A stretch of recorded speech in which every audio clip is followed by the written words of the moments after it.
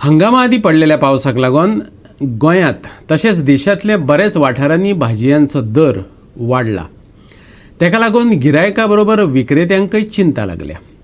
भाजयां मदीं टमाटा आनी हेर पालेभाजयांच्या दरांत बरीच वाड जाल्ली पळोवपाक मेळटा।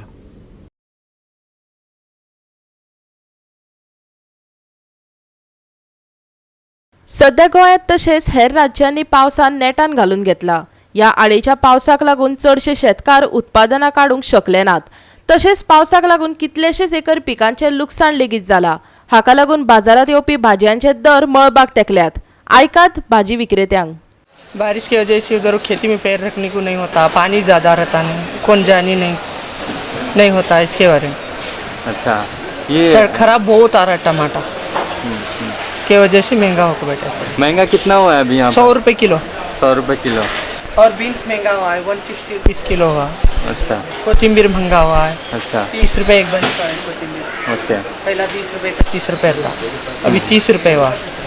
टमाटा महंगा हुआ, बटाटा 30 रुपये किलो था, अभी 40 रुपये किलो हुआ है बारिश की वजह से। कांदा 30 रुपये छे। 30 रुपये। बारिश की वजह से माल बहुत ख़राब आता नहीं, उसमें छाट को सब भी निकाल को पाक कर को साफ सफाई कर को देने में चार्ज ज़्यादा लगता है।